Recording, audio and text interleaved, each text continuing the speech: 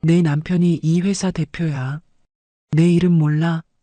그녀는 들고 있던 유명 명품 가죽백을 카운터 위에 쾅 내려치며 직원 이지은을 노려본다. 이런 태도로 손님 대하니까 평생 계약직이지. 이지은은 고개를 숙인 채 말한다. 규정상 회원 등급이 만료되어 이용이 어렵습니다. 순간 라운지 안공기가 얼어붙는다. 그녀의 팔이 떨리지만 눈빛만은 흐트러지지 않는다. 멀리서 청소도구를 든 노인이 그 장면을 지켜본다. 그는 아무 말 없이 수첩에 한 줄을 적는다. 이야기 시작 전 좋아요 눌러주시고 이 영상을 어디에서 보고 계신지 댓글로 남겨주세요. 저는 이곳에서 일한 지 벌써 3년째였어요. 계약직이지만 이 일이 좋았습니다. 손님들께 따뜻한 차 한 잔을 대접하고 편안한 휴식 공간을 제공하는 것. 단순해 보이지만 그 안에는 사람을 대하는 마음이 담겨 있다고 생각했거든요. 그날도 평소처럼 카운터에 서서 손님들을 맞이하고 있었어요. 옆에서 일하는 수진 언니가 제게 속삭였죠. 지은아, 오늘 손님 진짜 많다. 정신 바짝 차려야 할 것 같아. 네, 언니. 이따 제가 음료 준비 도와드릴게요. 우리는 서로 눈빛을 나누며 미소 지었습니다. 바쁘지만 함께 일하는 동료들이 있어서 든든했어요. 그때였습니다. 라운지 입구 쪽에서 또각또각 날카로운 하이힐 소리가 들렸어요. 그 소리만으로도 공기가 달라지는 걸 느낄 수 있었습니다. 고개를 들어보니 한 분이 들어오시고 계셨어요. 머리부터 발끝까지 모든 게 명품이었습니다. 선글라스, 코트, 가방, 심지어 손에 든 커피 텀블러까지. 그분은 마치 런웨이를 걷듯 당당하게 카운터로 다가왔어요. 어서 오세요. 라운 프리미엄 라운지입니다. 저는 언제나처럼 공손하게 인사했습니다. 하지만 그분은 제 인사를 받지 않았어요. 선글라스 너머로 저를 훑어보더니 손에 들고 있던 명품 가죽백을 카운터 위에 쿵 내려놓았습니다. 회원 확인이요. 목소리부터 날이 서 있었어요. 저는 최대한 밝게 웃으며 대답했습니다. 네, 회원 번호나 휴대폰 번호 말씀해 주시면 확인해 드리겠습니다.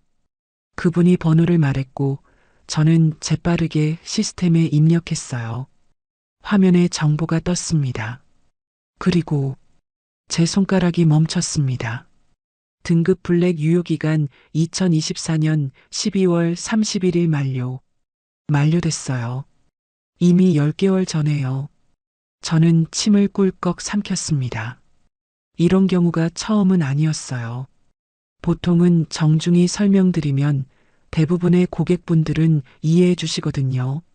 등급 갱신을 깜빡하셨거나 혹은 이용 실적이 부족했던 경우죠. 고객님, 죄송하지만 회원 등급이 지난해 12월에 만료되어서 제 말이 채 끝나기도 전에 그분의 목소리가 날아왔습니다. 뭐? 만료? 그게 무슨 소리야? 선글라스를 벗어 올리시더니 날카로운 눈빛으로 저를 쏘아보셨어요. 저는 당황했지만 규정을 설명드려야 했습니다. 프리미엄 라운지는 블랙 등급 이상 회원분들만 이용하실 수 있고 등급 유지를 위해서는 연간 일정 금액 이상의 구매 실적이 필요합니다. 고객님의 경우, 갑자기 말을 끊으시더니 저를 야라고 부르셨어요. 순간 등골이 서늘해졌습니다. 내가 누군지 알아? 죄송하지만 시스템상으로는 회원 정보만 확인이. 내 남편이 이 회사 대표야. 한상우. 한상우 대표 알지? 심장이 쿵 내려앉는 것 같았어요. 대표이사의 부인이라니. 하지만 저는 고개를 들었습니다. 규정은 규정이니까요. 고객님, 회원 등급과 관계없이 본 라운지는 현재 등급이 유효하신 분들만 이용하실 수 있습니다. 등급 갱신은 1층 VIP 센터에서 제 말을 마치기도 전이었어요. 쾅! 그분이 들고 있던 명품 가죽백을 카운터 위로 내리쳤습니다. 그 충격에 카운터 위에 놓여있던 팸플릿들이 바닥으로 흩어졌어요. 주변에 있던 다른 고객들도 깜짝 놀라 이쪽을 쳐다봤습니다. 이런 태도로 손님 대하니까 평생 계약직이지. 그 한마디가 가슴에 비수처럼 꽂혔습니다. 내 이름 몰라? 오윤정. 기억해둬. 너 같은 애들 교육 어떻게 시키는지 내가 직접 보여줄 테니까. 라운지 안의 공기가 얼어붙었어요. 다른 손님들은 슬금슬금 시선을 피했고 함께 일하던 동료들도 고개를 숙인 채 아무 말도 하지 못했습니다. 저는 그저 서 있을 수밖에 없었어요. 떨리는 다리를 애써 버티며 고개를 숙인 채로요. 규정상 죄송하지만 이용이 어렵습니다. 제 목소리는 떨렸지만 눈빛만은 흐트러지지 않으려고 애썼습니다. 이건 제 잘못이 아니니까요. 저는 단지 규정을 지켰을 뿐이니까요. 오윤정 씨는 비웃듯 코웃음을 치며 돌아섰습니다. 하이힐 소리가 멀어지고 라운지는 다시 조용해졌어요. 하지만 그 정적은 평온과는 거리가 멀었습니다. 모두가 숨을 죽이고 있었거든요. 저는 떨리는 손으로 흩어진 팸플릿을 주우며 생각했어요. 내가 뭘 잘못한 걸까? 그때였습니다. 라운지 한쪽 구석에서 청소 도구를 밀고 있던 한 분이 저를 지켜보고 계셨어요. 나이 지긋한 분이었는데 회색 작업복을 입고 계셨죠. 청소 직원분인가 보다 싶었어요. 그분은 조용히 호주머니에서 작은 수첩을 꺼내더니 뭔가를 적기 시작했습니다. 저와 눈이 마주쳤을 때 그분은 고개를 끄덕이셨어요. 마치 잘했다고 말하는 것처럼요. 하지만 저는 그때 몰랐습니다. 그분이 누구인지, 그리고 제 인생이, 아니, 이 회사 전체가 얼마나 크게 변하게 될지. 그날 이후로 모든 게 달라지기 시작했으니까요. 그 사건이 있고 나서 이틀이 지났습니다. 월요일 아침 출근길은 평소보다 더 무겁게 느껴졌어요. 지하철 안에서도 백화점으로 향하는 길에도 계속 그날의 장면이 머릿속을 맴돌았거든요. 나 잘린 거 아니야? 불안한 마음에 직원 출입구로 들어서는데 같은 팀 막내 현주가 저를 보더니 얼른 고개를 돌렸어요. 평소엔 멀리서도 반갑게 손 흔들던 애였는데 말이죠. 뭐지? 왜 피하는 거야? 사물함에 짐을 넣고 유니폼으로 갈아입으며 옆에서 준비하던 수진 언니에게 물어봤습니다. 언니, 현주 왜 그래요? 저보고 피하던데.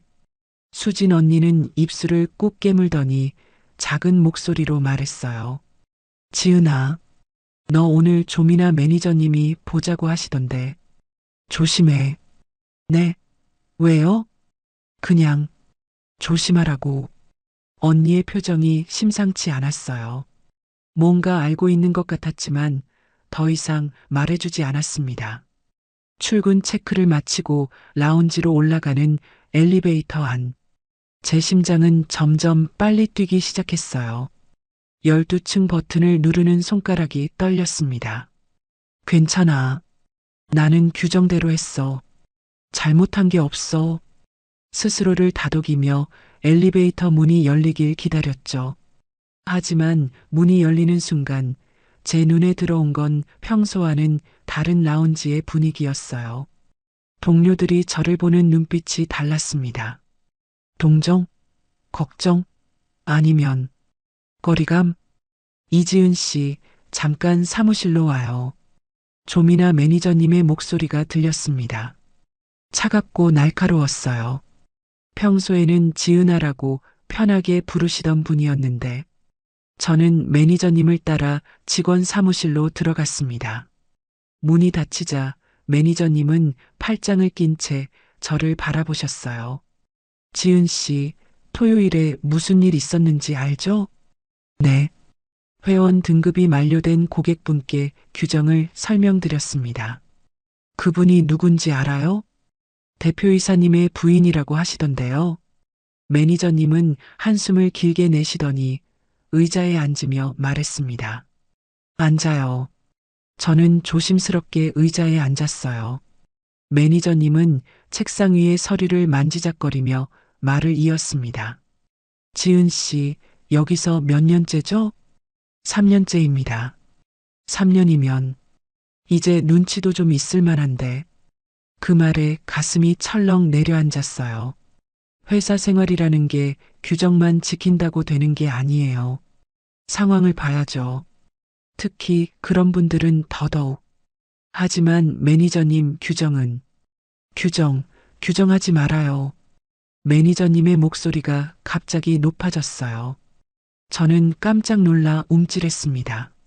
지은 씨는 규정 지키면 다해요? 그분이 얼마나 화가 나셨는데. 이미 대표님한테까지 연락 갔어요. 우리 팀 전체가 지금 곤란한 상황이라고. 죄송합니다만 저는 틀린 말을 한 게. 그만해요. 이번 주는 그냥 쉬어요. 휴가 처리할게요. 네, 휴가요? 하지만 저 휴가 쓸 계획 없는데. 강제 휴가예요. 며칠 쉬면서 생각 좀 해봐요. 회사 생활을 계속하고 싶은지 아니면 이렇게 원칙만 고집할 건지. 매니저님의 말은 명령이었습니다. 저는 할 말을 잃었어요. 그냥 고개를 끄덕일 수밖에 없었죠. 사무실을 나와 사물함으로 돌아가는 길. 복도에서 마주친 동료들은 저와 눈을 마주치지 않았어요. 모두가 바쁜 척 다른 곳을 보는 척 했습니다. 수진 언니만 조용히 다가와 제 어깨를 토닥였어요. 지은아, 미안해. 나도 어쩔 수가 없어. 괜찮아요, 언니. 제가 알아서 할게요. 하지만 괜찮지 않았습니다. 전혀요. 집으로 돌아오는 길은 더 무거웠어요. 아침에 나갈 때와는 완전히 다른 기분이었죠. 아파트 앞 편의점에서 우유 한 팩을 사들고 집에 들어왔어요. 소파에 털썩 주저앉아 핸드폰을 켰습니다. 단체 채팅방에 메시지가 25개나 와 있었어요. 라운지 직원들 단톡방이었죠. 하지만 제 이름을 언급한 메시지는 하나도 없었어요. 마치 저를 투명인간 취급하는 것처럼요. 아니, 더 정확히는 조심하는 거겠죠. 저와 엮이면 자기들도 피해를 볼까봐. 그날 밤 잠이 오지 않았습니다. 천장을 보며 계속 생각했어요. 내가 뭘 잘못한 걸까? 규정을 지킨 게 잘못인가? 아니면 눈치 없이 행동한 게 잘못인가? 다음 날도 그 다음 날도 집에만 있었어요. 억지로 쓰게 된 휴가라 마음이 편할 리 없었죠. 넷플릭스를 켜도 책을 펼쳐도 아무것도 눈에 들어오지 않았습니다. 수요일 오후였어요. 핸드폰으로 회사 내부 공지를 확인하다가 제 심장이 멎는 줄 알았습니다. 이번 주 근무표가 올라왔는데 제 이름이 없었어요. 다음 주 근무표에도 없었습니다. 마치 처음부터 존재하지 않았던 사람처럼요. 손이 떨렸어요. 급히 매니저님께 전화를 걸었습니다. 매니저님, 저 근무표에 제 이름이 없는데요. 아, 지은 씨. 그게 좀 상황이 복잡해서요. 당분간은 투입이 어려울 것 같아요. 당분간이요? 그게 언제까지인데요? 글쎄요. 위에서 결정 나면 연락드릴게요. 딸깍. 전화가 끊겼습니다. 저는 멍하니 핸드폰을 내려다봤어요. 위에서 결정 나면이라는 말이 무슨 뜻인지 알 것 같았습니다. 대표 부인의 눈밖에 난 제가 이 회사에서 계속 일할 수 있을까? 목요일 오후 그래도 포기할 수 없어서 백화점으로 갔습니다. 제 사물함에 둔 짐도 있었고 동료들 얼굴도 보고 싶었거든요. 직원 통로를 지나 탈의실로 향했어요. 복도는 한산했고 제 발소리만 쿵쿵 울렸습니다. 사물함 앞에 도착했을 때 제 가슴이 철렁 내려앉았어요. 사물함 문에 노란 포스트잇이 붙어 있었거든요. 누가 손글씨로 쓴 메시지였습니다. 정직도 눈치껏 해라. 6글자. 단 6글자였지만 그 무게는 어마어마했어요. 저는 떨리는 손으로 포스트잇을 떼어냈습니다. 누가 쓴 걸까요? 동료? 선배? 아니면 매니저님? 포스트잇을 구겨 쓰레기통에 버리려는데 손이 멈췄어요. 아니, 이건 증거야. 증거로 남겨둬야 해. 저는 포스트잇을 가방에 조심스럽게 넣었습니다. 그리고 사물함을 열었죠. 안에는 제 개인 물품들이 그대로 있었어요. 여분의 스타킹, 손크림, 그리고 입사 첫날 찍었던 단체 사진. 사진 속에 저는 환하게 웃고 있었어요. 드디어 취업했다. 는 기쁨이 얼굴 가득했죠. 그때는 이런 일이 생길 줄 꿈에도 몰랐습니다. 탈의실 문이 열리는 소리가 들렸어요. 저는 얼른 고개를 들었습니다. 수진 언니였어요. 지은아, 너 왜 나왔어? 언니 나, 어떡하지? 지은아, 미안해. 나도 뭐라고 해줄 말이 없네. 그냥 조용히 넘어가. 사과하고 고개 숙이면 다시 일할 수 있을 거야. 하지만 언니, 나 잘못한 거 없잖아. 수진 언니는 제 손을 꼭 잡았습니다. 지은아, 세상은 원래 불공평해. 너 혼자 싸워봤자 달라지는 거 없어. 그냥 살아남는 게 먼저야. 언니의 목소리에는 체념이 배어 있었어요. 저는 그 순간 깨달았습니다. 언니도 다른 동료들도 모두 똑같은 방식으로 살아남아 왔다는 거요. 하지만 저는 그렇게 살고 싶지 않았습니다. 집으로 돌아와 침대에 누웠어요. 천장을 바라보며 한참을 멍하니 있었습니다. 핸드폰을 켜니 오후 6시 42분. 배는 고픈데 밥 먹을 기운도 없었어요. 그때 핸드폰이 진동했습니다. 대학 동기 단톡방에서 온 메시지였어요. 얘들아, 이거 봤어? 친구가 올린 건 한 온라인 커뮤니티의 캡처 화면이었습니다. 제목이 눈에 확 들어왔죠. 라온백화점 대표 부인, 직원 갑질 현장 목격담. 심장이 쿵 떨어졌어요. 설마 그 사건이? 게시글을 클릭했습니다. 익명으로 작성된 글이었어요. 지난 토요일 라온백화점 프리미엄 라운지에서 실제로 목격한 일입니다. 한 여성이 직원에게 명품 가방을 카운터에 내리치며 협박하더군요. 나중에 알고 보니 그 여성이 라온백화점 대표 부인이라고 합니다. 직원은 단지 규정을 설명했을 뿐인데 평생 계약직이라며 인격 모독을 당했습니다. 이게 명품 백화점의 수준인가요? 글 아래로 댓글이 수백 개 달려 있었어요. 이게 진짜면 완전 문제인데? 라온 불매각이다. 직원도 사람인데 저렇게 대하면 안 되지. 역시 재벌들은 다 똑같네. 갑질의 DNA. 저 직원 괜찮으려나. 진짜 잘릴 수도 있겠다. 손이 떨렸어요. 그 직원이 저라는 걸 댓글 쓰는 사람들은 모르겠죠. 하지만 저는 알았어요. 그게 바로 제 이야기라는 걸. 대학 동기 단톡방에서 메시지가 또 올라왔어요. 근데 이거 지은이 다니는 백화점 아냐? 진짜네.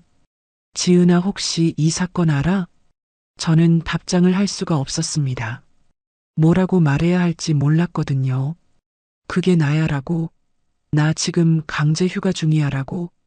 핸드폰을 내려놓으려는데 계속해서 알림이 울렸어요. 커뮤니티 곳곳에서 이 글이 퍼지고 있었습니다. 트위터에도 인스타그램에도 심지어 네이버 실시간 검색어에도 라온백화점 갑질이 올라왔어요. 해시태그가 붙기 시작했습니다. 해시태그 라온백화점 갑질, 해시태그 대표 부인 인격 모독, 해시태그 직원도 사람입니다. 점점 더 많은 사람들이 이 이야기를 공유했어요. 그리고 분노했죠. 저녁 8시쯤 뉴스 알림이 떴습니다. 라온백화점 SNS 갑질 논란 확산. 공식 입장 요구 빗발쳐. 이제 단순한 온라인 커뮤니티 이야기가 아니었어요. 언론까지 움직이기 시작한 거죠. 회사 홍보팀에서 긴급 공지를 올렸습니다. 최근 SNS상에서 유포되고 있는 내용에 대해 당사는 사실관계를 파악 중입니다. 확인되지 않은 정보의 무분별한 확산을 자제해 주시기 바랍니다. 하지만 이미 늦었어요. 댓글창은 난리가 났습니다. 사실관계 파악? 인정하라는 거잖아. 확인되지 않았다고? CCTV 보면 다 나올 텐데? 홍보팀도 진화하느라 힘들겠다. 키읔키읔 윗사람 감싸느라. 금요일 아침 더 큰 파장이 일었어요. 오윤정 씨 본인이 SNS에 글을 올린 거예요. 비공개 계정이었지만 친구들에게 공유한 내용이 또 캡처되어 퍼졌습니다. 요즘 직원들 버릇이 어디까지 없는지 모르겠네요. 손님한테 대드는 게 유행인가 봐요. 제가 똑똑히 교육시켜줬습니다. 규정도 좋지만 상식도 좀 배웠으면 좋겠어요. 이 글을 본 사람들의 반응은 폭발적이었습니다. 와, 본인이 직접 인증했네. 진짜였구나. 교육시켰다는 게 바로 갑질이었다는 거잖아. 저 사람 정체성 뭐냐? 부끄러운 줄도 모르나. 라옴 진짜 불매한다. 저런 사람이 대표 부인인 곳에서 쇼핑 못하겠다. 라옴 백화점 공식 인스타그램 계정에는 불매 선언 댓글이 수천 개 달렸어요. 평소 올라오던 명품 브랜드 홍보 게시물마다요. 여기서 더 이상 안 삽니다. 직원 인권부터 지켜주세요. 명품 팔기 전에 인성부터 배우세요. 저는 스마트폰 화면을 보며 눈물이 났어요. 누군가는 저를 응원하고 있었고 누군가는 제 편을 들어주고 있었습니다. 하지만 동시에 두려웠어요. 이렇게까지 커질 줄 몰랐는데 회사는 어떻게 나올까? 나를 희생양으로 삼으면 어떡하지? 그날 오후 수진 언니한테서 전화가 왔어요. 지은아, 너 지금 뉴스 봤어? 아니, 무슨 뉴스? 회사 난리 났어. 고객센터에 항해 전화 빗발치고 본사는 긴급회의 중이래. 홍보팀 직원들 며칠째 밤샘 중이고. 언니 나 어떡해? 모르겠어. 솔직히 이렇게까지 커질 줄 몰랐어. 근데 지은아, 너 진짜 조심해야 할 것 같아. 위에서 너한테 책임 떠넘길 수도 있어. 전화를 끊고 나서 저는 창밖을 바라봤어요. 겨울 하늘은 잔뜩 흐려 있었습니다. 그때 뉴스 속보 알림이 떴어요. 라온 백화점 주가 이틀 연속 하락. 갑질 논란에 투자자들 실망. 상황이 점점 심각해지고 있었어요. 이건 단순히 한 직원과 고객 간의 문제가 아니었습니다. 회사 전체의 이미지가 타격을 입고 있었죠. 그날 저녁 라온 백화점 본사 20층. 저는 몰랐지만 그곳에서는 긴급 임원회의가 열리고 있었습니다. 대표이사 한상우를 비롯해 각 부서 임원들이 모여 있었죠. 도대체 이 사태를 어떻게 수습할 겁니까? 한 임원이 책상을 쳤습니다. 벌써 이틀째입니다. SNS는 계속 확산되고 언론은 우리 목을 조르고 있어요. 주가는 떨어지고 고객들은 불매운동을 선언하고 있습니다. 한상우 대표는 인상을 찌푸린 채 말했어요. 진화 성명을 내보냈잖습니까? 그걸로 충분하지 않습니까? 충분하지 않습니다. 국민들은 진심 어린 사과와 재발 방지 대책을 원하고 있어요. 형식적인 사과문으로는 안 됩니다. 회의실은 점점 뜨거워졌어요. 하지만 명확한 해결책은 나오지 않았습니다. 그때 회의실 문이 조용히 열렸어요. 회색 작업복을 입은 노인 한 분이 들어왔습니다. 손에는 청소도구가 들려 있었죠. 실례합니다. 청소 좀 하겠습니다. 임원들은 귀찮다는 듯 손을 흔들었어요. 지금 중요한 회의 중이니까 나중에 하세요. 노인은 고개를 끄덕이며 물러났습니다. 하지만 문을 닫기 전 그는 회의실 안을 한번 천천히 둘러봤어요. 그리고 주머니에서 작은 수첩을 꺼내 뭔가를 적었습니다. 위기 상황에서도 사람은 보이지 않는다. 그 노인은 바로 이도현 회장이었습니다. 라온백화점을 맨손으로 일군 창업주. 하지만 지금은 아무도 그를 알아보지 못했어요. 그는 조용히 복도를 걸으며 중얼거렸습니다. 이제 때가 됐군. 토요일 저녁 저는 아파트 거실 소파에 앉아 있었어요. TV에서는 주말 뉴스가 나오고 있었습니다. 라온백화점 갑질 논란, 일주일째 진정되지 않고 있습니다. 온라인에서는 불매운동이 확산되고 있으며 핸드폰이 울렸어요. 모르는 번호였습니다. 여보세요? 이지은 씨입니까? 낮고 차분한 남자 목소리였어요. 네, 그런데 누구세요? 저는 라온백화점 감사팀 차도연입니다. 이지은 씨와 꼭 만나 뵙고 싶은데 시간 괜찮으시겠습니까? 감사팀? 왜 갑자기 감사팀에서? 무슨 일이신데요? 전화로 말씀드리기엔 좀 그렇고요. 내일 오전 10시에 조용한 곳에서 뵐 수 있을까요? 걱정하지 마세요. 이지은 씨에게 불이익을 주려는 게 아닙니다. 그의 목소리는 진지했어요. 저는 잠시 망설이다가 대답했습니다. 알겠습니다. 전화를 끊고 나서 저는 가슴이 두근거렸어요. 감사팀이 왜 저를 만나려는 걸까요? 그때는 몰랐습니다. 이 전화 한 통이 모든 걸 바꿀 시작이 될 거라는 걸요. 일요일 아침 저는 평소보다 일찍 눈이 떠졌어요. 시계를 보니 6시 30분. 감사팀 차도연 팀장님과의 약속 시간은 10시였지만 잠이 오지 않았습니다. 감사팀이 왜 나를 만나려는 걸까? 샤워를 하고 옷을 고르면서도 계속 그 생각뿐이었어요. 결국 가장 단정해 보이는 검은색 니트와 베이지색 코트를 입었습니다. 왠지 제대로 된 옷차림을 해야 할 것 같았거든요. 약속 장소는 백화점 근처 조용한 카페였어요. 체인점이 아닌 개인이 운영하는 작은 카페. 아침 일찍이라 손님이 별로 없었습니다. 카페 문을 열고 들어서니 구석 자리에 앉아 계신 분이 보였어요. 40대 후반쯤 되어 보이는 남자분.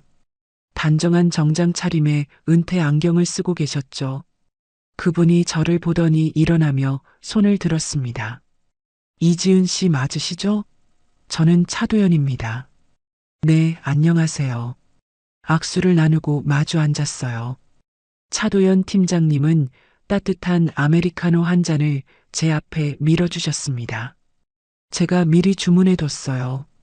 추운데 따뜻한 걸로 마시세요. 감사합니다. 저는 커피 잔을 두 손으로 감쌌어요. 따뜻함이 손끝으로 전해졌지만 긴장은 풀리지 않았습니다. 차 팀장님은 가방에서 노트북을 꺼내며 조용히 말했어요. 이지은 씨, 먼저 한 가지 확실히 말씀드릴게요. 오늘 이 자리는 이지은 씨를 조사하거나 문책하려는 게 절대 아닙니다. 그럼 무슨 일로 저를 부르신 건가요? 사실은 제가 이지은 씨께 여쭤볼 게 있어서요. 지난 토요일 프리미엄 라운지에서 있었던 일 말입니다. 제 심장이 두근거렸어요. 그날 일을 다시 떠올리는 것만으로도 가슴이 답답해졌습니다.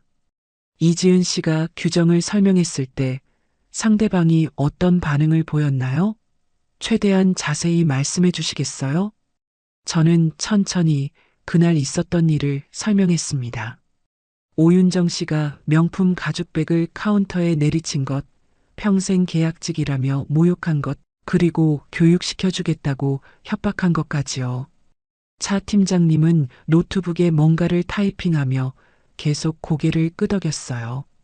이지은 씨, 그때 주변에 다른 직원분들도 계셨죠? 네, 수진 언니. 아니, 김수진 선배님이랑 박현주 씨도 있었어요. 그리고 라운지에 손님들도 여러 분 계셨고요. 그분들은 뭐라고 하셨나요? 저는 잠시 입술을 깨물었습니다. 아무 말도 안 하셨어요. 다들 그냥 보고만 계셨어요. 차 팀장님의 눈빛이 조금 어두워졌어요. 이지은 씨는 그 후에 어떤 일을 겪으셨나요? 저는 조미나 매니저님께 불려가서 들은 말 강제로 휴가를 쓰게 된 것, 근무표에서 이름이 사라진 것, 그리고 사물함에 붙어 있던 협박성 쪽지까지 모두 말씀드렸어요. 혹시 그 쪽지 아직 가지고 계세요? 네, 버리지 않고 가방에 넣어뒀어요. 저는 가방에서 조심스럽게 노란 포스트잇을 꺼냈습니다. 정직도 눈치껏 해라라고 쓰인 그 쪽지를요. 차 팀장님은 쪽지를 사진으로 찍으며 한숨을 쉬었어요. 이게 라움의 현실이군요. 팀장님, 도대체 무슨 일이 있는 건가요? 왜 갑자기 저한테 이런 걸 물어보시는 거예요? 차 팀장님은 잠시 망설이더니 조용히 말했습니다. 사흘 전 감사팀 이메일로 익명 제보가 들어왔어요. 익명 제보요? 네. 제목이 라온백화점 사람을 잃고 체면만 남았습니다였죠. 차 팀장님은 노트북 화면을 제게 돌려 보여줬어요. 화면에는 한 통의 이메일이 떠 있었습니다. 제보자는 자신의 신원을 밝히지 않았어요. 하지만 내용이 너무 구체적이었습니다. 프리미엄 라운지에서 일어난 일, 그리고 그 후 회사가 어떻게 은폐하려 했는지까지요. 저는 이메일을 읽으며 눈을 크게 떴어요. 거기엔 제가 겪은 모든 일이 적혀 있었습니다. 마치 현장에 있었던 사람처럼요. 누가 이걸 보낸 거예요? 모릅니다. 발신자 이메일도 임시 계정이었고 추적이 불가능했어요. 하지만 한 가지는 확실합니다. 이 사람은 당신을 도우려고 했어요. 제 눈에 눈물이 맺혔어요. 누군가 저를 지켜보고 있었다는 게, 누군가 제 편이 되어주려 했다는 게 믿기지 않았습니다. 그래서 팀장님이 저를 만나려고 하신 거예요? 맞아요. 제보 내용을 확인하고 싶었거든요. 그리고 이지은 씨께 한 가지 더 말씀드리고 싶은 게 있어요. 차 팀장님은 커피를 한 모금 마시고는 진지한 표정으로 말했습니다. 이거는 단순한 고객 불만이 아닙니다.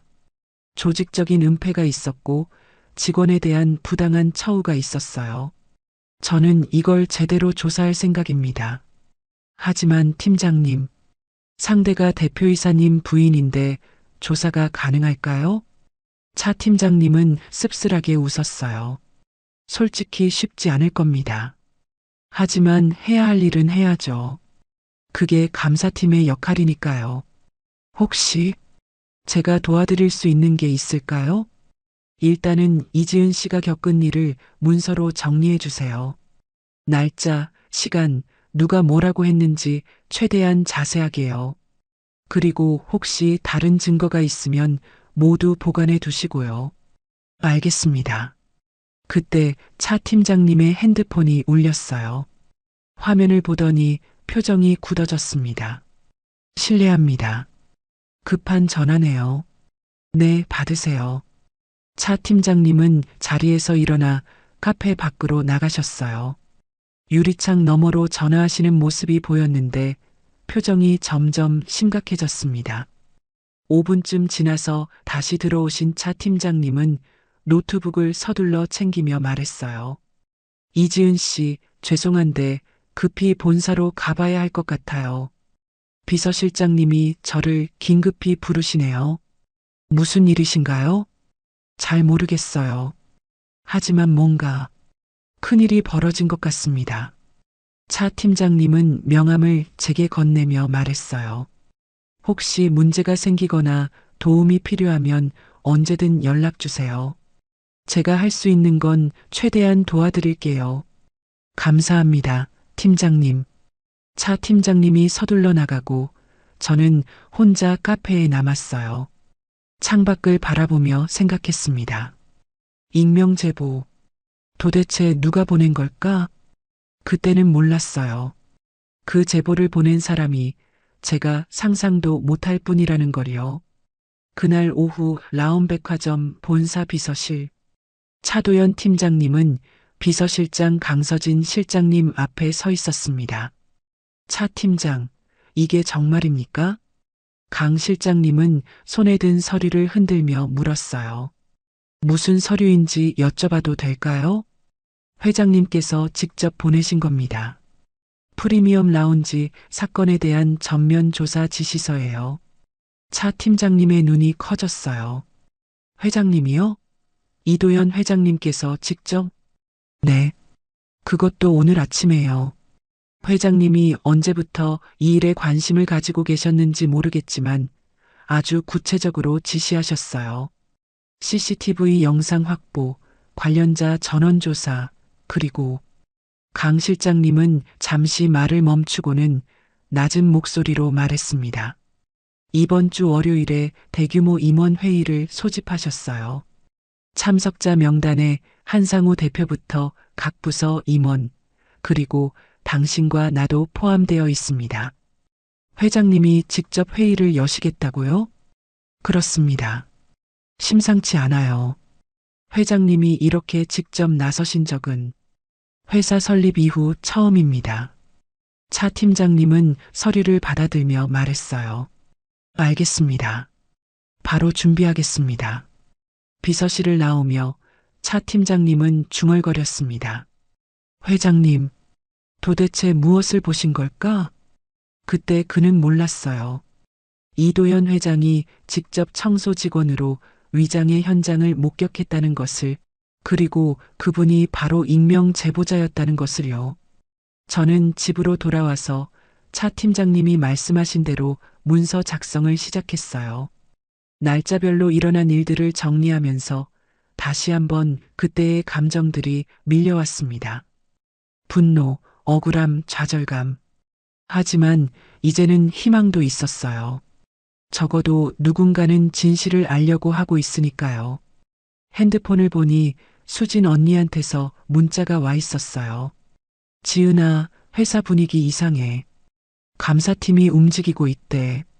너 혹시 뭐 하는 거 있어? 저는 답장을 보냈습니다. 언니, 나도 잘 모르겠어. 그냥 기다려보자. 창밖으로 해가 지고 있었어요. 내일이면 월요일. 무슨 일이 벌어질지 알 수 없었지만 한 가지는 확실했습니다. 더 이상 혼자가 아니라는 것. 일요일 저녁 8시. 저는 아파트 거실에서 노트북을 펼쳐놓고 문서 작성을 마무리하고 있었어요. 차도연 팀장님께 보낼 진술서였죠. 손가락이 키보드 위에서 멈춰 섰습니다. 이걸 보내면 정말로 모든 게 달라질까? 그때 밖에서 빗소리가 들렸어요. 겨울비가 내리고 있었습니다. 차가운 빗줄기가 창문을 때리는 소리가 쓸쓸하게 울렸죠. 그 순간 라온백화점에서 멀지 않은 곳, 낡은 골목 안쪽에 자리한 작은 식당이 있었어요. 간판에는 진정순 대국집이라고 쓰여 있었습니다. 페인트가 벗겨진 간판, 삐걱거리는 문, 오래된 플라스틱 의자들. 요즘 식당들과는 전혀 다른 정말 오래된 곳이었죠. 그곳에 한 노인이 들어섰습니다. 회색 작업복을 입고 낡은 운동화를 신은 모습, 바로 이도현 회장이었어요. 어서 오세요. 주방에서 60대 중반쯤 되어 보이는 여주인이 반갑게 인사했습니다. 아이고, 회장님, 오늘도 오셨네요. 그럼요, 이 집 순대국이 그리워서 왔지요. 이도현 회장은 구석 자리에 앉았어요. 항상 앉던 자리였습니다. 낡은 나무 테이블에는 세월의 흔적이 가득했죠. 오늘도 특으로 드릴까요? 네, 그렇게 주세요. 그리고 소주 한 병도요. 알겠습니다. 잠시 후 김이 모락모락 나는 순대국이 나왔어요. 진한 국물에 순대와 내장이 푸짐하게 담겨 있었습니다. 이 회장은 국물을 한 숟가락 떠서 입에 넣었어요. 눈을 감고 천천히 맛을 음미했습니다. 역시 이 맛이야. 회장님, 오늘 표정이 안 좋으신데 무슨 일 있으세요? 여주인이 소주잔을 놓으며 물었어요. 무슨 일이라기보다는 많은 생각이 드네요. 회사 일 때문에 그러세요? 이 회장은 고개를 끄덕였어요. 내가 세운 회사가 언제부터 이렇게 변했는지 모르겠어요. 그래도 회장님이 계시잖아요. 바로 잡으실 수 있으시죠? 이 회장은 씁쓸하게 웃었습니다. 바로 잡을 수 있을까요? 너무 오랫동안 놔뒀는데. 여주인은 앞치마로 손을 닦으며 옆자리에 앉았어요. 회장님, 제가 회장님을 안 지가 벌써 40년이 넘었잖아요. 회장님이 어떤 분인지 제가 제일 잘 알아요. 이 회장은 소주잔을 들어 한 잔을 마셨습니다. 40년. 참 오래됐네요. 우리가 여기서 처음 만났을 때가 기억나나요? 그럼요. 회장님이 28살 때죠. 그때는 회장님도 아니고 그냥 청년이었잖아요. 이 회장의 눈빛이 먼 곳을 바라봤어요. 그땐 가진 게 아무것도 없었죠. 시골에서 올라와서 백화점 배달 직원으로 일하던 때였어요. 맞아요. 매일 이 집에 와서 제일 싼 순대국을 시켜 먹으면서 언젠가 큰 사업을 하겠다고 꿈을 얘기하던. 그때 순대국 한 그릇이 500원이었죠. 나는 그것도 아껴 먹었어요. 김치랑 밥을 많이 먹어서 배를 채우고. 여주인이 웃으며 말했어요. 그러다가 제가 순대를 더 넣어주면 회장님이 손사래를 치던 게 기억나네요. 제가 돈을 더 낼 수 없는데 어떻게 더 받겠습니까 하면서요. 그땐 정말 자존심이 센 청년이었죠. 이 회장은 순대를 한 점 집어먹으며 계속 말했어요. 그때 나는 깨달았어요. 사람을 대하는 마음이 얼마나 중요한지를요. 여사장님은 가난한 저를 무시하지 않았어요. 오히려 따뜻하게 대해주셨죠. 당연한 거 아닙니까? 손님은 손님이죠. 아니에요. 세상 모든 사람이 그렇게 생각하는 건 아니에요. 돈 많은 손님한테는 굽신거리고 가난한 사람한테는 함부로 대하는 곳이 얼마나 많은데요. 여주인은 고개를 끄덕였어요. 맞는 말씀이에요. 이 회장은 벽에 걸린 액자를 바라봤습니다. 낡은 나무 액자 안에는 붓글씨로 쓰인 문구가 있었어요. 사람이 먼저다. 돈은 그 다음이다. 회장님이 써주신 거죠? 30년 전에. 네. 내가 첫 번째 백화점을 열었을 때 여사장님께 감사의 마음으로 써드린 거예요. 이게 우리 가게 보물입니다. 이 회장은 소주를 한 잔 더 따라 마셨어요. 나는 그 마음으로 라움을 세웠어요. 사람이 먼저라고. 직원도 사람이고 고객도 사람이라고. 서로 존중해야 한다고. 그런데 지금은 달라졌나요? 많이 달라졌어요. 언제부턴가 라움은 명품만 쫓게 됐어요. 매출, 이익, 주가. 그것만 중요해졌죠. 정작 사람은 보이지 않게 됐어요. 이 회장의 목소리에는 슬픔이 배어 있었습니다. 며칠 전에 목격한 일이 있어요. 한 직원이 고객에게 모욕을 당하는 걸 봤죠. 그것도 내 손녀가. 손녀분이요? 네. 지은이. 이지은이라고 해요. 우리 막내딸 아이인데 라움에서 일하고 있어요. 나는 멀리서 지켜만 봤죠. 할아버지로서 나서지 못했어요. 왜요? 내가 나섰다면 지은이를 지킬 수는 있었겠죠. 하지만 그게 진짜 해결책은 아니에요. 문제는 그 한 사건이 아니라 회사 전체의 문화니까요. 이 회장은 주먹을 꽉 쥐었어요. 지은이는 규정을 지켰어요. 옳은 일을 했죠. 그런데 회사는 그 아이를 지켜주지 않았어요. 오히려 침묵하라고 고개 숙이라고 강요했어요. 그래서 회장님이 직접 나서시려는 거군요. 네. 이제는 더 이상 미룰 수 없어요. 라움을 원래의 모습으로 되돌려야 해요. 사람을 먼저 생각하는 곳으로요. 여주인은 따뜻한 눈빛으로 이 회장을 바라봤어요. 회장님이라면 하실 수 있을 거예요. 그때처럼요. 그때처럼 이 회장은 다시 벽의 액자를 바라봤습니다. 사람이 먼저다. 돈은 그 다음이다. 그는 소주잔을 들어 액자를 향해 혼자 건배를 했어요. 내 초심으로 돌아가야겠어요. 내가 왜 라움을 시작했는지 다시 보여줄 때가 됐어요. 밖에서는 빗소리가 점점 거세졌어요. 하지만 작은 식당 안은 따뜻했습니다. 이 회장은 순대국을 다 먹고 계산을 하며 여주인에게 말했어요. 여사장님, 내일부터 바쁠 것 같아요. 한동안 못 올 수도 있어요. 무슨 큰일 하시게요? 청소를 좀 하려고요. 오랫동안 쌓인 먼지들을요. 여주인은 무슨 뜻인지 정확히는 몰랐지만 고개를 끄덕였어요. 조심히 가세요, 회장님. 그리고 화이팅입니다.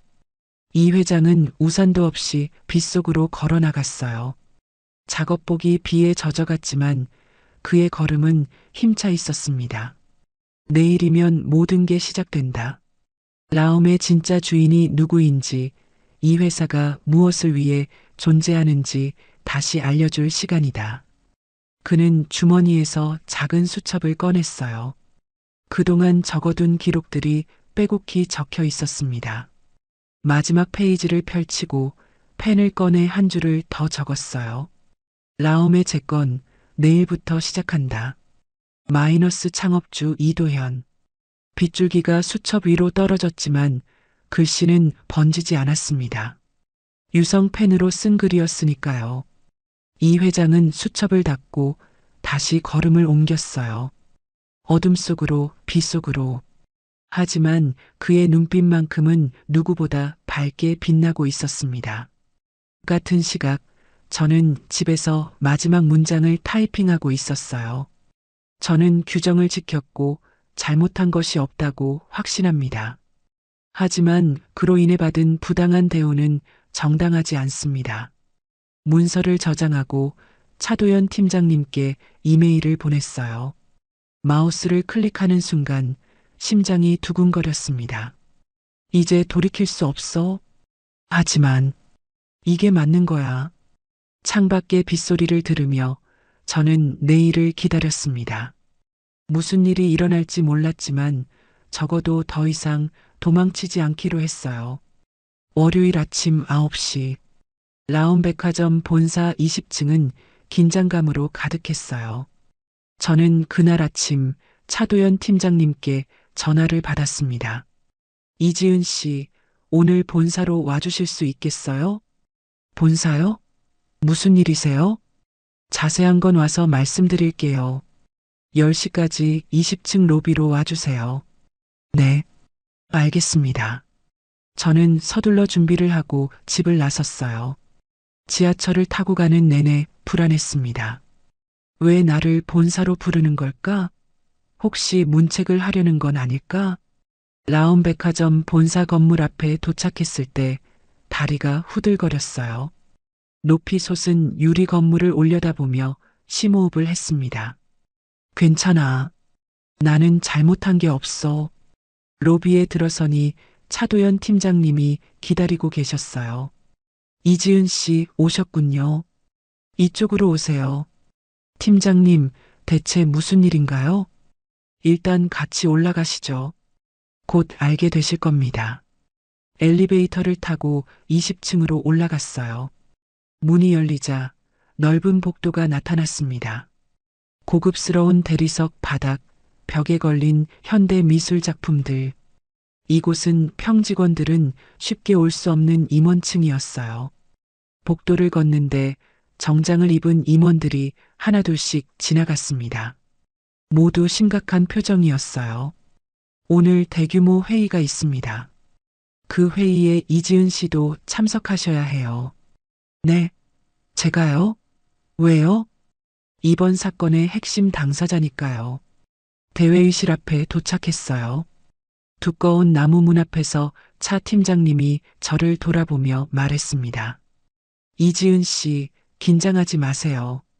오늘 회의는 이지은 씨를 위한 자리이기도 합니다. 무슨 뜻인지 정확히 이해할 수 없었지만 고개를 끄덕였어요. 문이 열렸습니다. 넓은 회의실이 눈에 들어왔어요. 긴 테이블 주위로 수십 명의 임원들이 앉아 있었습니다. 한상우 대표이사도 보였고 조미나 매니저님도 보였어요. 모두가 저를 쳐다봤습니다. 저는 입구에 서서 어찌할 바를 몰랐어요. 다리가 떨렸습니다. 이지은 씨, 여기 앉으세요. 비서실장 강서진 실장님이 한쪽 의자를 가리켰어요. 저는 조심스럽게 그 자리에 앉았습니다. 회의실 안은 정적이 흘렀어요. 누구도 말을 하지 않았습니다. 모두가 무언가를, 누군가를 기다리고 있는 것 같았어요. 오전 10시 정각, 회의실 문이 다시 열렸습니다. 그리고 한 노인이 들어왔어요. 회색 작업복을 입고 낡은 운동화를 신은 채로요.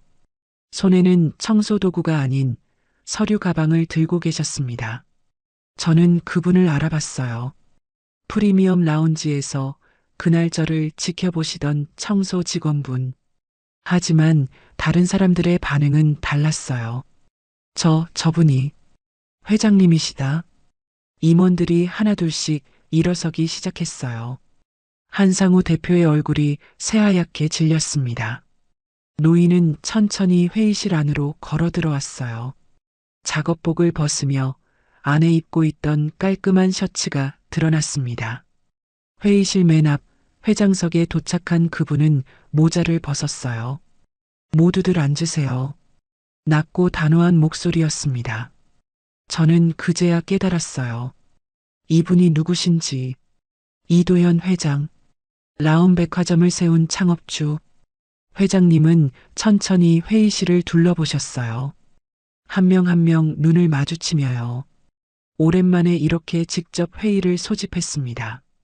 다들 궁금하실 겁니다. 왜 제가 여기 있는지 말이죠.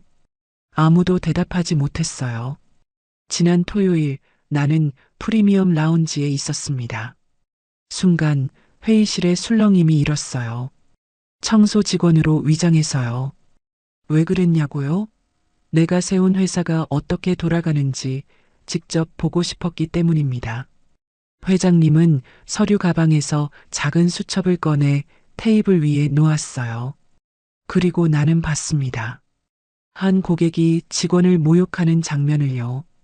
명품 가방으로 카운터를 내리치고 평생 계약직이라며 인격을 짓밟는 모습을요. 조미나 매니저님이 고개를 숙였어요. 더 충격적이었던 건 그 다음이었습니다. 주변 직원들은 아무도 나서지 않았어요.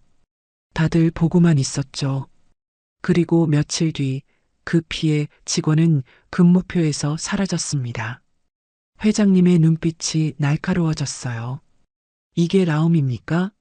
내가 세운 라움이 이런 곳이었습니까? 한상우 대표가 조심스럽게 입을 열었어요. 회장님, 그건 오해가 아닙니다. 회장님의 목소리가 회의실을 울렸어요. 강서진 실장, 영상을 틀어주세요. 강 실장님이 노트북을 조작하자 대형 스크린이 내려왔어요. 화면에 CCTV 영상이 재생되기 시작했습니다. 프리미엄 라운지. 오윤정 씨가 카운터로 다가오는 장면. 저와의 대화. 그리고 가방을 내리치는 순간. 평생 계약직이지. 교육 좀 시켜줄 테니까. 오윤정 씨의 목소리가 스피커를 통해 생생하게 들렸어요. 회의실 안 공기가 얼어붙었습니다. 영상이 끝나고 조명이 다시 켜졌어요. 회장님은 천천히 제 쪽을 바라보셨습니다. 이지은. 네, 회장님. 제 목소리가 떨렸어요. 일어서세요. 저는 떨리는 다리로 일어섰습니다. 당신은 규정을 지켰습니다. 옳은 일을 했어요. 그런데 왜 이 회사는 당신을 지켜주지 않았습니까? 회장님은 임원들을 향해 물었어요. 아무도 대답하지 못했습니다. 조미나 매니저. 네, 네 회장님. 조 매니저님이 벌떡 일어났어요. 당신은 이지은에게 뭐라고 했습니까? 그게 상황을 보라고, 상황을 보라고? 불의를 보고도 눈 감으라는 게 상황을 보는 겁니까? 조 매니저님은 더 이상 대답하지 못했어요. 회장님은 다시 저를 보셨어요. 이지은 사물함에 협박 쪽지가 붙어 있었죠? 네, 그렇습니다. 누가 쓴 건지 아십니까? 모릅니다. 하지만 당신은 두려웠을 겁니다. 직장을 잃을까봐, 더 큰 보복을 당할까봐. 제 눈에 눈물이 맺혔어요. 그런데도 당신은 진실을 말했습니다. 용기가 있었어요. 회장님은 다시 임원들을 향해 돌아섰어요. 여러분, 이 회사의 진짜 명품이 뭡니까? 비싼 가방입니까? 아닙니다. 사람입니다. 원칙을 지키는 사람, 용기 있는 사람이 진짜 명품입니다. 회의실은 숨소리조차 들리지 않을 만큼 조용했어요. 회장님은 서류를 꺼내 테이블 위에 펼쳤습니다. 오늘부터 라움에는 변화가 있을 겁니다. 첫째, 회장님의 목소리가 단호하게 울려 퍼졌습니다. 모든 게 시작되고 있었어요. 진짜 복수가, 진짜 정의가요. 회장님이 서류를 펼치셨어요. 저는 의자에 앉은 채로 심장이 터질 것처럼 뛰었습니다. 첫째, 한상우 대표이사. 한상우 대표가 화들짝 놀라며 일어섰어요. 회장님, 저는 앉으세요. 아직 제 말이 끝나지 않았습니다. 회장님의 목소리는 차갑고 단호했어요. 당신은 대표이사로서 회사의 문화를 책임져야 할 사람입니다. 그런데 당신은 무엇을 했습니까? 부인의 잘못된 행동을 방조했고 직원이 부당한 대우를 받는 것을 묵인했습니다. 회장님, 저는 그 사실을 몰랐습니다. 부인이 그런 행동을 몰랐다고요? 회장님은 냉소를 띠며 말했어요. 대표이사가 자기 회사에서 벌어지는 일을 몰랐다? 그게 변명이 됩니까? 모르는 게 더 큰 죄입니다. 한 대표의 얼굴이 하얗게 질렸어요. 본인은 SNS에 이 사건이 퍼지고 나서야 알았다고 하겠죠. 하지만 당신 부인이 직원을 모욕한 그날 이미 여러 사람이 목격했습니다. 그 사실이 당신한테 보고되지 않았을 리 없어요. 강서진 실장님이 서류 한 장을 회장님께 건넸어요. 여기 사건 당일 오후 3시에 보낸 내부 보고서가 있습니다. 수신자는 한상우 대표입니다. 회의실이 술렁였어요. 한 대표는 입을 다물지 못했습니다. 당신은 알고도 묵인했어요. 아니, 오히려 은폐하려 했죠. 그게 더 큰 문제입니다. 회장님은 서류를 들어 올렸어요. 따라서 한상우 대표이사는 즉시 해임합니다. 그리고 이 사건에 대한 감사가 완료될 때까지 모든 직책을 정지합니다. 회장님, 이건 너무 가혹합니다. 가혹하다고요? 회장님의 눈빛이 날카로워졌어요.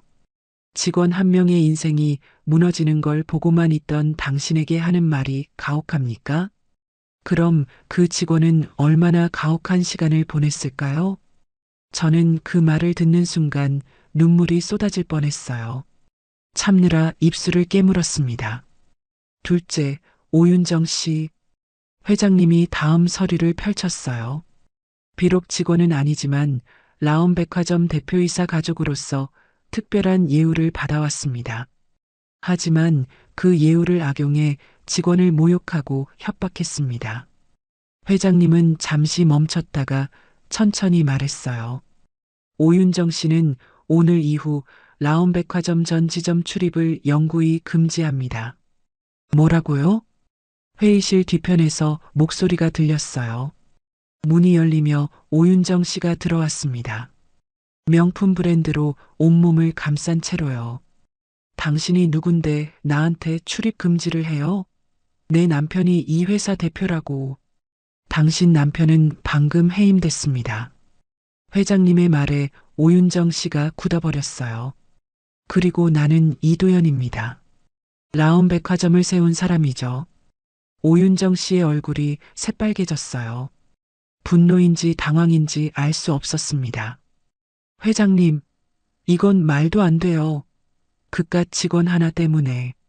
그깟 직원이라고요? 회장님의 목소리가 낮게 깔렸어요. 무서울 정도로 차가운 어조였습니다. 당신에게는 그깟 직원일지 몰라도 나에게는 라움을 함께 만들어가는 소중한 동료입니다. 그리고 회장님이 저를 바라보셨어요. 내 손녀이기도 합니다. 순간 회의실 전체가 얼어붙었어요. 저도 모든 임원들도 오윤정 씨도 손녀, 저를 손녀라고 제 머릿속이 하얗게 비워졌어요. 뭐라고요? 오윤정 씨가 뒤로 비틀거렸습니다. 이지은은 내 막내딸의 딸입니다. 내가 가장 아끼는 손녀이기도 하죠. 그런데 당신은 내 손녀에게 뭐라고 했습니까? 평생 계약직이라고? 교육을 시켜주겠다고? 오윤정 씨는 더 이상 말을 하지 못했어요. 입만 벙긋거릴 뿐이었습니다. 나가세요. 다시는 라움의 문턱을 넘지 마세요. 보안 직원들이 들어와 오윤정 씨를 에스코트했어요. 그녀는 비명을 지르듯 말했지만 아무도 귀 기울이지 않았습니다. 문이 닫히고 회의실은 다시 정적에 휩싸였어요. 셋째, 조미나 매니저. 조미나 매니저님이 떨리는 목소리로 대답했어요. 네, 회장님. 당신은 중간 관리자로서 가장 중요한 역할을 저버렸습니다. 직원을 보호해야 할 사람이 오히려 직원을 침묵시키려 했죠. 죄송합니다, 회장님. 저는 단지 큰 문제로 번지지 않게 하려 했다? 그게 당신 변명입니까? 조 매니저님은 고개를 숙였어요. 문제를 덮으려 하면 더 큰 문제가 됩니다. 당신은 그걸 몰랐어요. 아니, 알면서도 쉬운 길을 택했죠. 회장님은 서류를 보며 말했어요. 조미나 매니저는 직급 강등 및 3개월 감봉 처분합니다. 그리고 직원 권익 교육을 의무적으로 이수해야 합니다. 감사합니다, 회장님. 조 매니저님의 목소리에는 안도와 반성이 섞여 있었어요. 넷째, 회장님이 차도연 팀장님을 보셨어요. 차도연 감사팀장과 강서진 비서실장. 두 분이 동시에 일어섰습니다. 당신들은 이번 사건에서 제대로 된 역할을 했습니다. 진실을 찾으려 노력했고 은폐하지 않았어요. 감사합니다, 회장님. 두 분을 라움 직원권익위원회 공동위원장으로 임명합니다. 앞으로 이런 일이 재발하지 않도록 시스템을 만들어주세요. 최선을 다하겠습니다. 회장님은 마지막으로 저를 보셨어요. 다섯째, 이지은. 제 이름이 불렸을 때 가슴이 쿵 내려앉았어요. 일어서세요. 저는 떨리는 다리로 일어섰습니다. 당신은 옳은 일을 했습니다. 규정을 지켰고 압박 속에서도 진실을 말했어요. 그게 쉬운 일이 아니라는 걸 나는 압니다. 회장님의 목소리가 부드러워졌어요. 이지은은 오늘부로 정규직으로 전환합니다. 그리고 직원권익위원회 자문위원으로 위촉합니다. 회장님, 제 목소리가 떨렸어요. 눈물이 흘러내렸습니다. 울지 마세요. 당신은 울 이유가 없어요. 당신은 용감했으니까요. 회장님은 회의실 전체를 둘러보셨어요. 여러분, 오늘 이 결정에 반대하는 사람이 있습니까? 아무도 대답하지 않았어요. 모두가 고개를 숙이고 있었습니다. 좋습니다. 그럼 이제부터 라움은 변합니다. 사람을 먼저 생각하는 회사로요. 회장님은 마지막으로 한마디를 덧붙였어요. 직원을 존중하지 않는 고객은 이제부터 라움의 고객이 아닙니다. 아무리 돈을 많이 쓰더라도 사람을 함부로 대하는 사람에게는 문을 열어주지 않을 겁니다. 그 순간이었어요. 차도연 팀장님이 박수를 치기 시작했어요. 처음엔 조심스럽게, 그러다 점점 더 크게. 강서진 실장님도 박수를 쳤습니다. 그리고 한 명, 두 명, 임원들이 일어나며 박수를 쳤어요. 회의실 전체가 박수 소리로 가득 찼습니다. 저는 그 박수 소리를 들으며 눈물을 참을 수 없었어요. 기쁨의 눈물이었습니다. 드디어 끝났구나. 회의실 밖 복도에서는 이 소식을 들은 직원들이 모여들기 시작했어요. 누군가 핸드폰으로 생중계를 하고 있었고 회사 내부 메신저에는 축하 메시지가 폭주했습니다. 대표 해임이래. 지은 언니 정규직 됐대. 회장님이 직접 나서셨어. 이제 우리도 떳떳하게 일할 수 있겠다. 직원들의 환호성이 건물 전체를 울렸어요. 프리미엄 라운지에서는 김수진 선배님이 핸드폰을 보며 눈물을 흘렸습니다. 지은아, 정말 잘 됐다. 정말. 박현주도 옆에서 같이 울고 있었어요. 회의실에서 회장님이 마이크를 드셨어요. 모든 직원 여러분께 알립니다. 오늘부로 라움은 새롭게 시작합니다. 여러분이 떳떳하게 일할 수 있는 곳, 여러분의 존엄이 지켜지는 곳으로 만들겠습니다. 회장님의 말이 사내 방송을 통해 전 직원에게 전달됐어요. 1층 화장품 매장에서, 지하 식품관에서, 옥상 레스토랑에서, 모든 곳에서 직원들이 박수를 쳤습니다. 그날 라움 백화점은 변했습니다. 아니, 라움은 원래의 모습으로 돌아온 거였어요. 사람을 먼저 생각하는 그 시작점으로요. 회의가 끝나고 사람들이 하나둘씩 나갈 때 저는 자리에 그대로 앉아 있었어요. 아직도 믿기지 않았습니다. 이게 현실이야? 차도연 팀장님이 다가와 제 어깨를 두드렸어요. 이지은 씨 축하합니다. 정말 잘 버텨주셨어요. 팀장님, 감사합니다. 정말 감사합니다. 아니에요. 제가 해야 할 일을 했을 뿐이에요. 그리고 차 팀장님은 회장님을 바라보며 말했어요. 진짜 감사해야 할 분은 저분입니다. 저는 회장님을 바라봤어요. 회장님은 창밖을 보며 서 계셨습니다. 그분의 뒷모습에서 저는 한없이 큰 힘을 느꼈어요. 저분이 제 할아버지시라고? 아직도 믿기지 않았습니다. 하지만 가슴 한편이 따뜻해졌어요. 저를 지켜주는 사람이 있다는 것, 저를 믿어주는 사람이 있다는 것, 그게 얼마나 큰 힘이 되는지 그날 저는 알게 됐습니다. 회의실 밖에서는 새로운 라움의 하루가 시작되고 있었어요. 회의실이 비고 이제 남은 사람은 회장님과 저, 그리고 강서진 실장님 뿐이었어요. 회장님이 천천히 제게 다가오셨습니다. 저는 어색하게 서 있었어요. 뭐라고 말을 해야 할지 몰랐거든요. 지은아. 회장님이 제 이름을 불렀어요. 존댓말이 아닌 편안한 말투로요. 네, 회장님. 회장님이라고 부르지 마. 나는 내 할아버지야. 그 말에 제 눈에서 눈물이 또 흘러내렸어요. 하지만 저는 할아버지를 몰랐어요. 왜 아무 말씀도. 미안하구나. 내가 너무 늦게 나타났지. 회장님은 주머니에서 낡은 사진 한 장을 꺼내셨어요. 모서리가 해져서 테이프로 붙여놓은 사진이었습니다. 이게 뭔지 아니? 사진 속에는 젊은 시절의 할아버지와 그리고 어린 여자아이가 있었어요. 그 아이는 엄마였습니다. 엄마시네요. 그래, 내 엄마야. 내 막내딸이지. 저는 사진을 받아들며 눈물을 흘렸어요. 엄마는 제게 할아버지 이야기를 많이 해주셨어요. 맨손으로 백화점을 일군 분이라고, 항상 사람을 먼저 생각하는 분이라고. 그런데 왜 나는 너를 지켜주지 못했을까?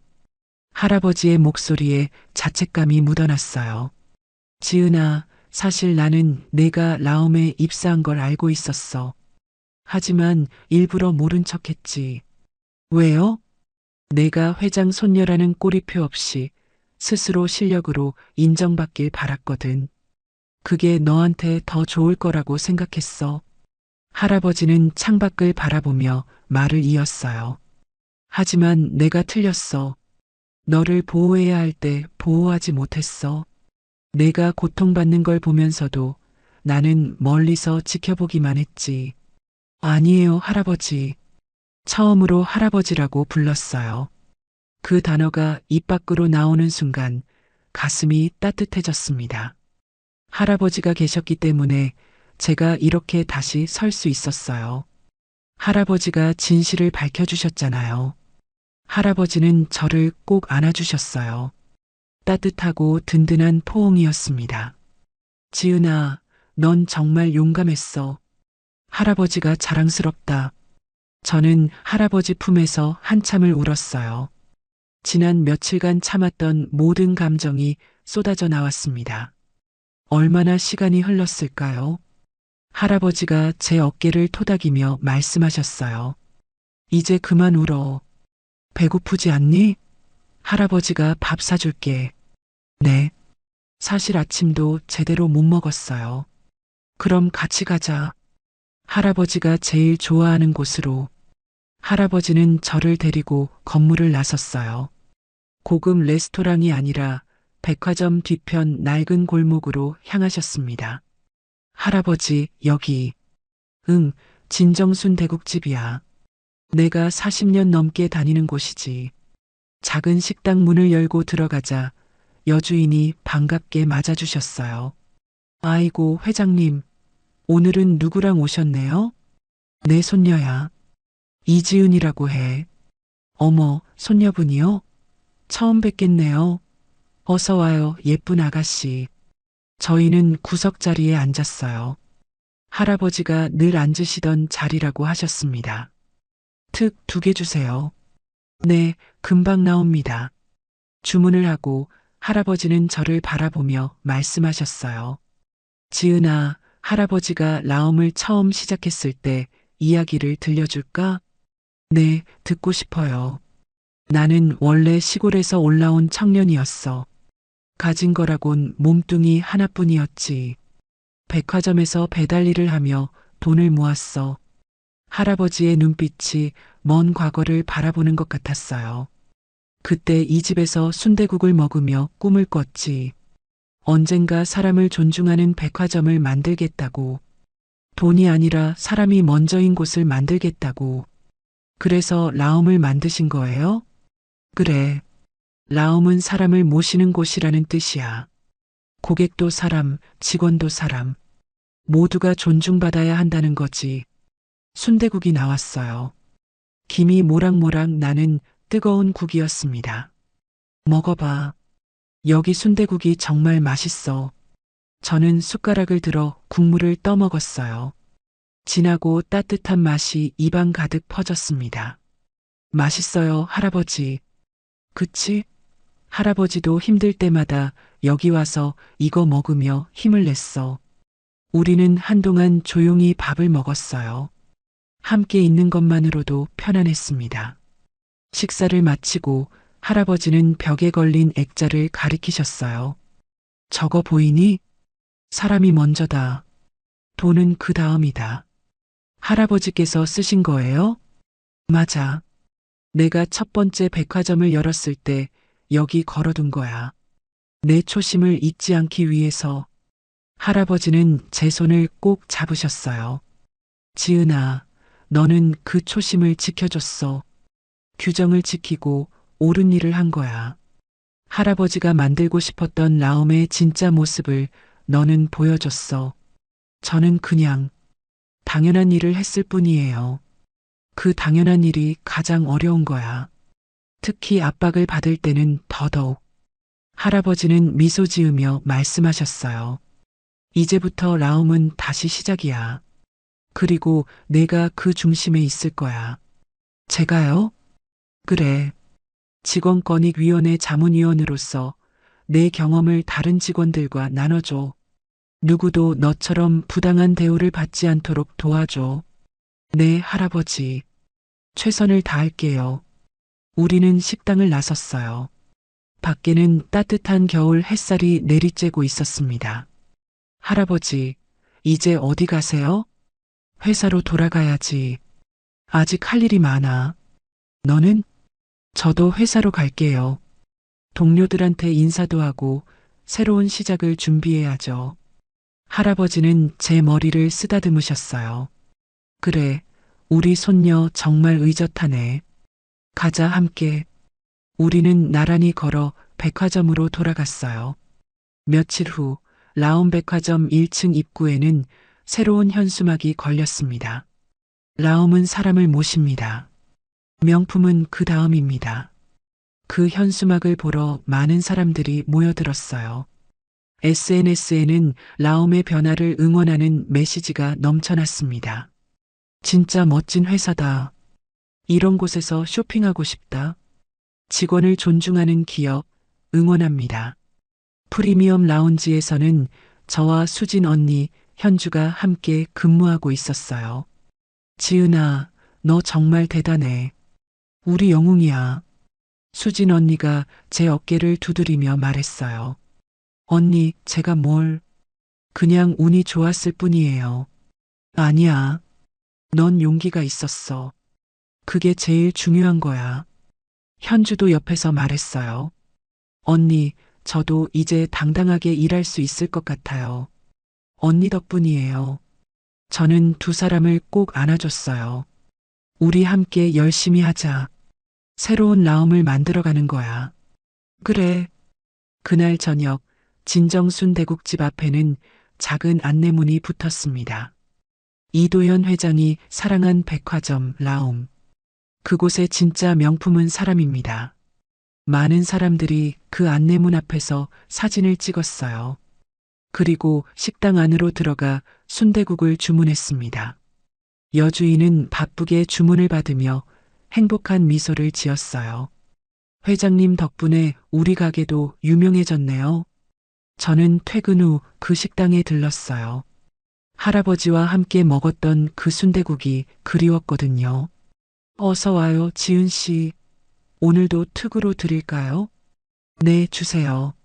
순대국을 기다리며 벽의 액자를 바라봤어요. 사람이 먼저다. 돈은 그 다음이다. 그 문구가 가슴 깊이 새겨졌습니다. 제 핸드폰에 메시지가 왔어요. 할아버지였습니다. 잘 먹고 있니? 할아버지도 순대국 생각나네. 다음엔 또 같이 먹자. 저는 미소 지으며 답장을 보냈어요. 네, 할아버지. 지금 그 집에서 먹고 있어요. 다음엔 꼭 같이 와요. 순대국이 나왔고 저는 첫 숟가락을 떠먹었습니다. 따뜻하고 진한 맛. 그 맛 속에는 할아버지의 삶이, 라움의 역사가, 그리고 새로운 시작의 희망이 담겨 있었어요. 창밖으로 라움 백화점의 금빛 로고가 빛나고 있었습니다. 이제 그 빛은 명품의 빛이 아니에요. 사람을 존중하는 진짜 가치의 빛이었습니다. 여러분, 여기까지 제 이야기를 들어주셔서 정말 감사합니다. 세상을 살다 보면 부당한 일을 마주할 때가 있죠. 그때 용기 내서 목소리를 내는 게 얼마나 어려운지 저는 알아요.